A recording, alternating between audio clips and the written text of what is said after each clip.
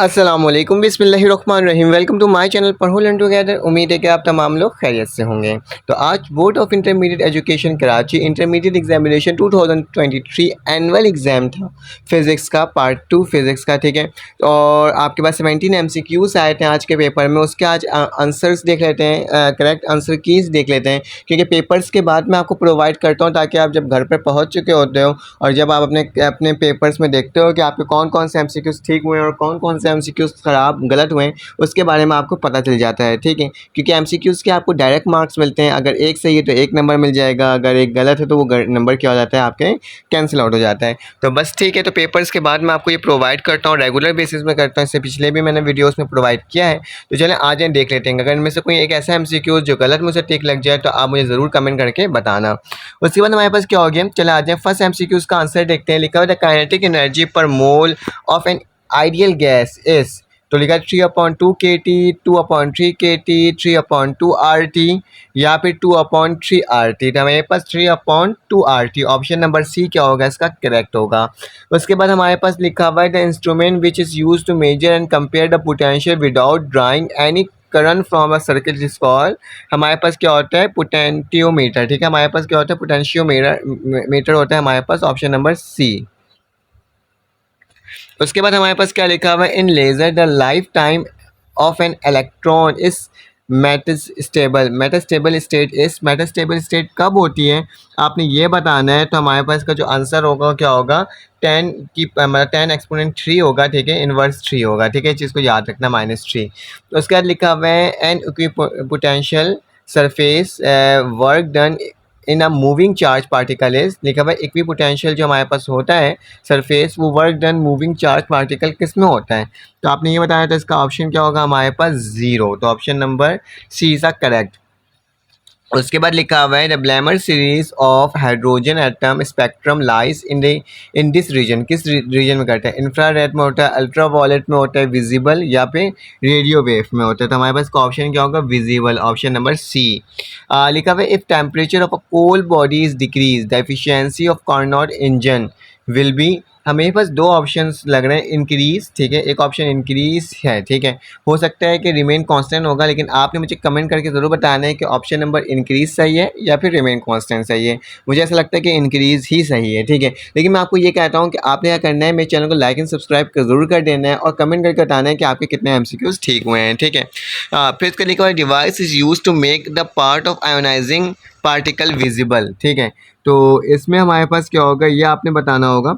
तो आपको क्या लगता है इसमें क्या होगा, हमारे पास जो ऑप्शन नंबर सी है, देखो ऑप्शन नंबर सी बहुत ज़्यादा करेक्ट हो रहा है, ठीक है, हर जगह, ठीक है। क्लाउड चैम्बर, उसका लिखा था unit of the potential of gradient is, potential of gradient की यूनिट क्या होता है हमारे पास होता है volt metre, volt per metre, ठीक है। तो option number A, if 1 ampere current flow through the 2 metre long wire the charge flow through in two are will be, तो कितना चार्ज थ्रो होगा आपने ये बताना है। तो इसका जो ऑप्शन है वो क्या होगा हमारे पास, 7200। तो option number B is correct option. उसके बाद लिखा हुआ है to obtain the P type semiconductor silicon must be doped with an atom whose valency is, उसकी वैलेंसी कितनी होगी हमारे पास, 3 होगी, ठीक है। उसके बाद हमारे पास लिखा हुआ reserve process of photo electric effect is, तो हमारे पास क्या होता है, हमारे पास का ऑप्शन नंबर डी, क्या, एक्स रेस, ठीक है। उसके बाद लिखा हुआ है द कॉप्टन इफेक्ट प्रूव डेट, क्या प्रूव करता है आपको ये बताना है, फोटोन थ्योरी ऑफ लाइट, ठीक है, photon theory of light the energy radiated from the black body is directly proportional to the fourth power of absolute temperature, this law is, ये लॉ कौन सा लॉ है ये आपने बताना है। तो ये हमारे पास लॉ होता है स्टीफेंस लॉ, ठीक है, ऑप्शन नंबर सी।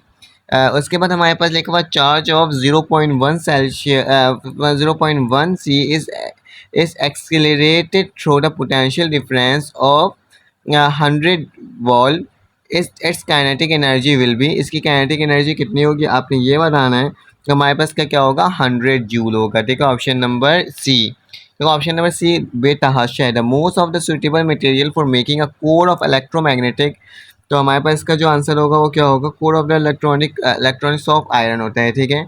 उसके बाद लिखा हुआ है हमारा coulomb volt is equal to, किसके इक्वल होता है, प्रोडक्ट अगर होता है इसका तो वो जूल के इक्वल होता, और अगर इसका डिफरेंस निकालना है, डिवाइड करना है, तो वो हमारे पास फराड होता है, ठीक है, फैरड होता है। उसके बाद rest mass of the photon, इस rest mass of the photon क्या होता है हमारे पास, ज़ीरो होता है, ठीक है।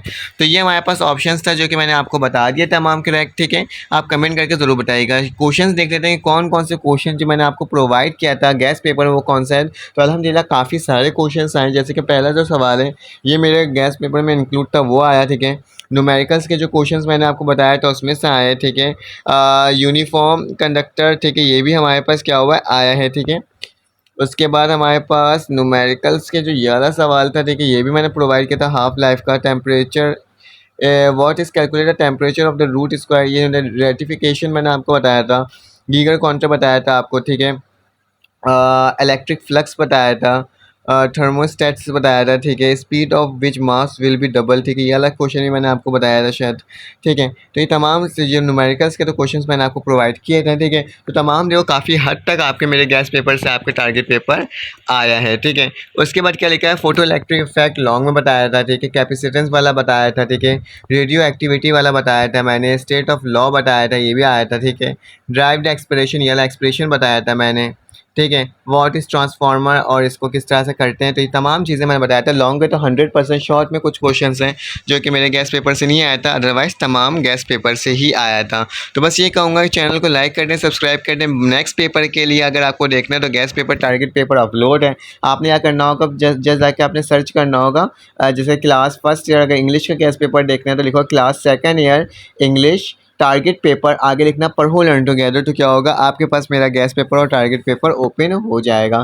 तो ये तरीक़ेकार होता है, आपको गैस पेपर टारगेट पेपर देख लिया करो ताकि आपके बोर्ड के पेपर में अच्छे से अच्छे मार्क्स आ सकें।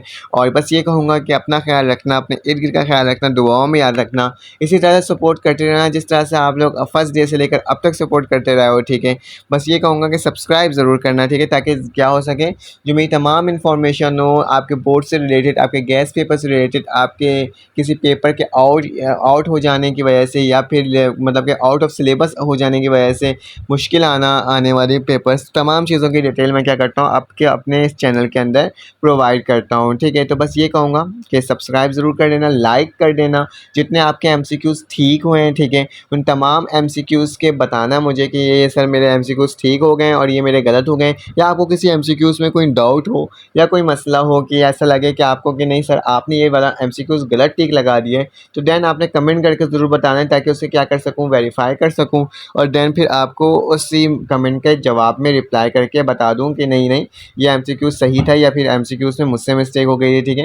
ताकि क्या हो सके ना, तमाम जो आपकी कन्फ्यूजन हो उससे दूर हो सके, ठीक है। अब नेक्स्ट पेपर के लिए आपको बेस्ट ऑफ लक। अपना ख्याल रखना, अपने इर्द गिर्द का ख्याल रखना, दुआओं में याद रखना। फिर आपसे मुलाकात होगी एक न्यू वीडियो में। अल्लाह हाफ़िज़।